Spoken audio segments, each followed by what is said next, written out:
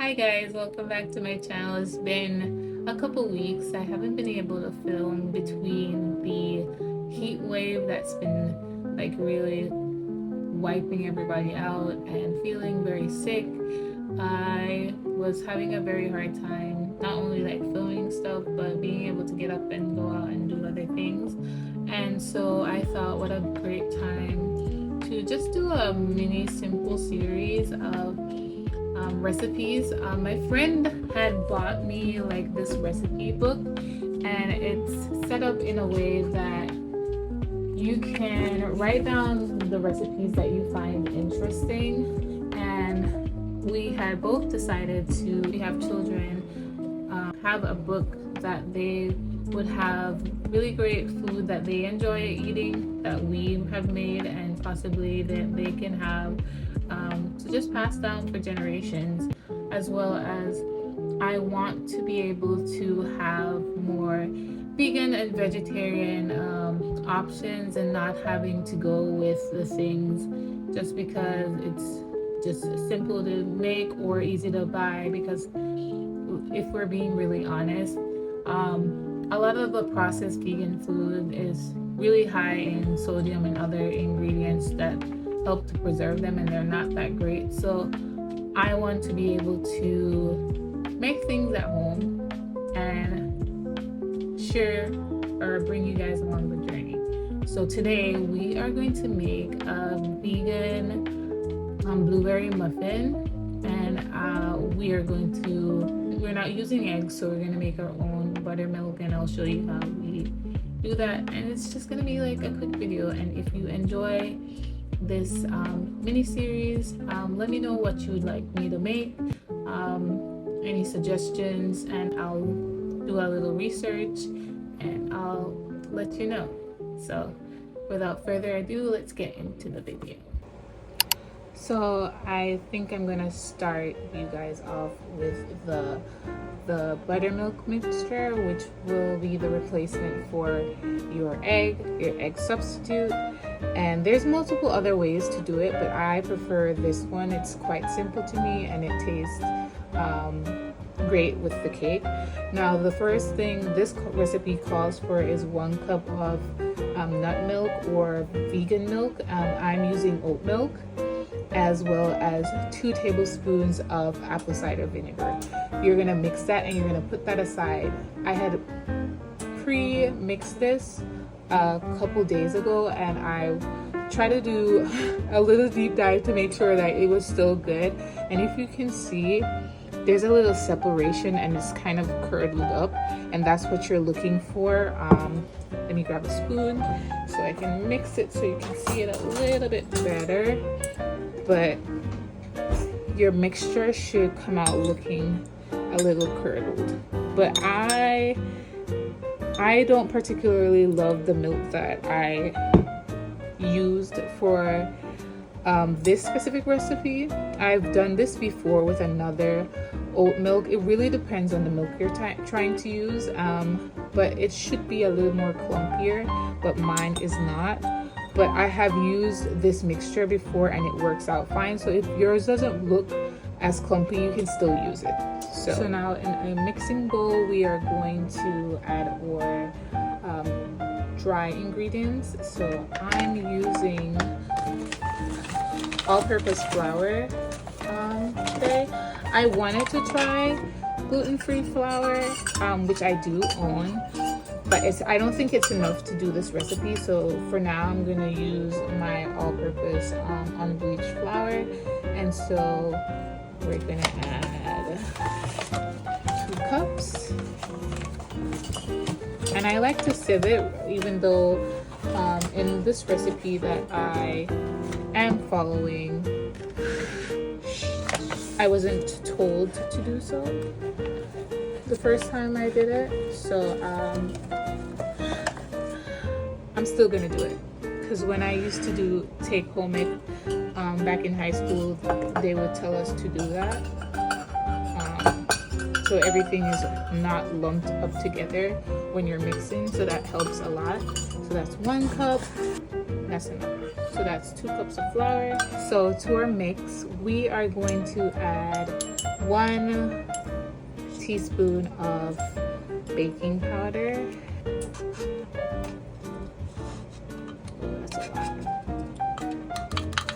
And I'm gonna do a little less because the last time I did this, I did not enjoy tasting the baking soda like I did. So I'm just gonna pour out a little, not make it a full teaspoon. So that's baking powder, 1/4 of the baking soda,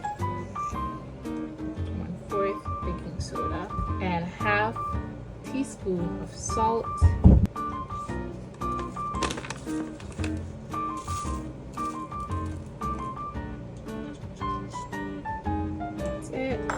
Sieve that out, and we can move on to our next step.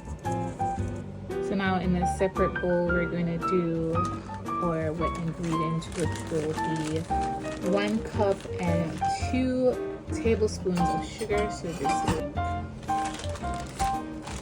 roughly a cup. Pour that in.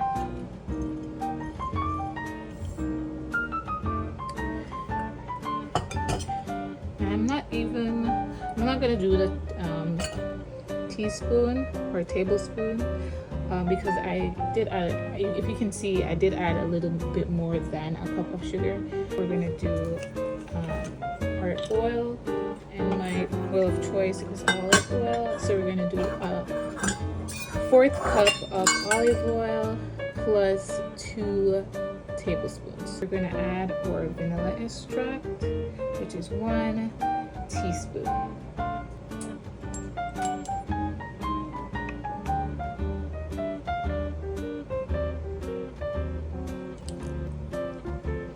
A zest of lemon, and actually I have no idea when it comes to a zest of lemon how much you're supposed to add, so I'm just gonna eyeball it and see like if it works for whatever works for you, whatever works, that's what you should do. Because you can do a little. Oop, I washed it but I didn't take the sticker off, so I'm gonna pause, wash it again. So yes, basically I'm eyeballing it, so you can do a little, you can do a lot, whatever works for you. But whenever I hear people say a zest of lemon, I don't know what that means. I won't tell you what that means. Teaspoons, I did like 2 teaspoons of zest, and you're gonna mix it together. I use brown sugar, and the brown sugar works fine when I mix it all together. It blends out into the mixture. You can use whatever sweetener you like, but this works pretty fine, even though at this moment it looks very dry and clumpy, but trust me, it will be fine.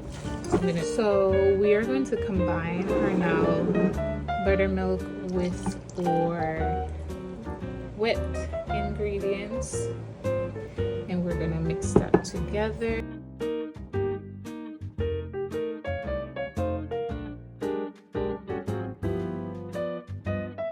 So we're now gonna slowly pour in our whip and our dry mixture to combine them. I start with pouring a little bit inside.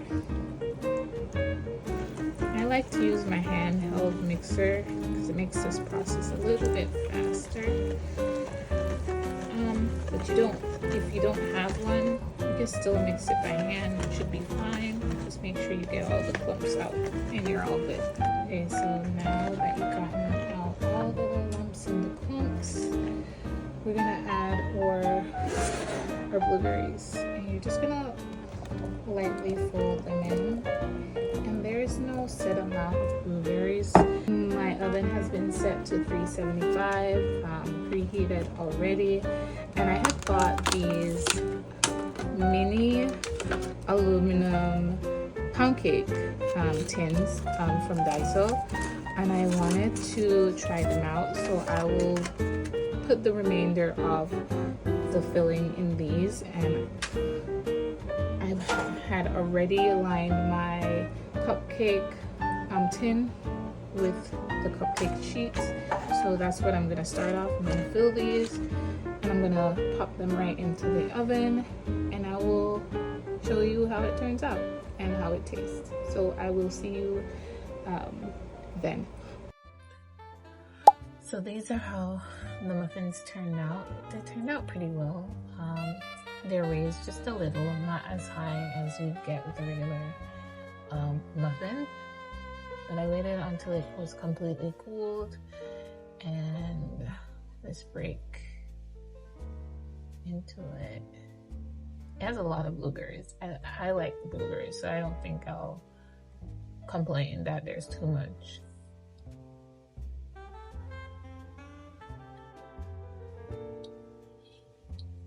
It's very moist. It's not as flaky as a regular muffin, but it's not dense as you would expect.